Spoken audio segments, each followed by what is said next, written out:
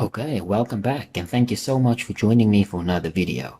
Today we're going to be talking about one game and one game only, Resident Evil 3 Remake. So let's get into it. Resident Evil was first released by Capcom in 1996 on the PlayStation. The game followed Chris Redfield and Joel Valentine, members of an elite task force known as STARS, as they investigate the outskirts of Raccoon City following the disappearance of their team members. The game became an instant hit and was quickly followed up with a sequel in 1998. Resident Evil 2 story plays off 2 months after the events of the first game. The game follows a similar plot to the first one, but this time around you play as Leon S. Kennedy and Claire Redfield in the city of Raccoon. The game was met with even more success and was given its own remake in 2019 on the PlayStation 4 and Xbox One. Resident Evil 2 was quickly followed up by Resident Evil 3 in 1999, the story playing off 24 hours prior to the events of Resident Evil 2 and reintroduces Joel Valentine as the main playable character. And that brings us to the end of 2019 when it was revealed that Resident Evil 3 will be getting its own remake. Now there is a demo available for you to play, and I have to say I really did enjoy it. Honestly, this feels like a completely new game. At the core, the game is still the same, but the moment you start playing the game, you realize that it's just so much more. This is a remake, this is not a remastered version, and that is an important difference. First off, the game has a modern over-the-shoulder angle instead of the static camera system.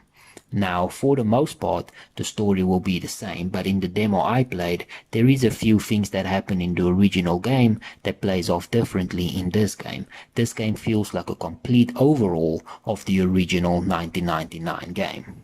Now, can we just take some time to appreciate how far we've come in graphics since 1999? Back in the day, people completely lost their minds at how good this game looked.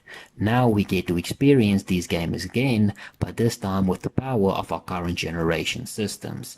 It is awesome to see how all these games are coming back to life from the past in a completely new way. But I've said it once and I'm going to say it again. The popularity of these remakes just once again proves why we should have backwards compatibility on the console. As awesome as some of these remakes are with the much improved graphics, not all games need to be completely remade in order for us to enjoy it. There is so many titles from back in the day that I would like to experience again, and I hope that these next generation consoles does the right thing and give us that experience. I don't know about you, but I'm excited for April 3rd. But let's look at what this game is actually about. Now, as mentioned previously, Resident Evil 3 Nemesis is a survival horror game where the player controls the protagonist, Joel Valentine, from a third-person perspective to interact with the environment and enemies.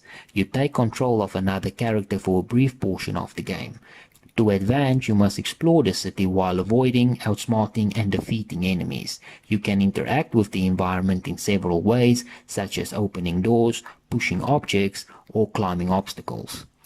Scattered throughout the city are weapons, ammunition, and other items which can be collected and put in your inventory. The inventory is limited to a certain number of slots, and you must often move items from your inventory to the storage box located in special rooms to manage space. You can use a variety of firearms to defeat enemies, ranging from a pistol to a rocket launcher. Aside from enemies, part of the environment such as explosive barrels can be shot at, causing them to explode and damage nearby enemies. The game also introduces the ability for players to dodge attacks or perform a 180-degree turn to evade. The player has a certain amount of health which decreases when attacked. The game also features an ammunition creation system that allows a player to create new ammunition with different varieties of gunpowder. In addition to engaging combat, you must also solve puzzles and focus on logical and conceptual challenges. During certain situations, you will be put in a perilous situation where you will be prompted to choose between two possible actions or suffer a certain penalty, if not instant death. Additionally, a creature called Nemesis is encountered multiple times throughout the game as a recurring boss. During one of these encounters, you can either choose to fight Nemesis or run until he is evaded. A variety of encounters are possible, with some being mandatory and some varying in nature and location based on certain choices made by you.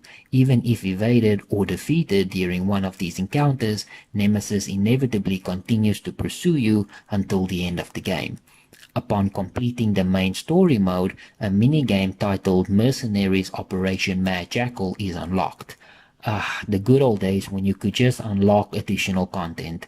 Now you need to buy it as a season pass or DLC.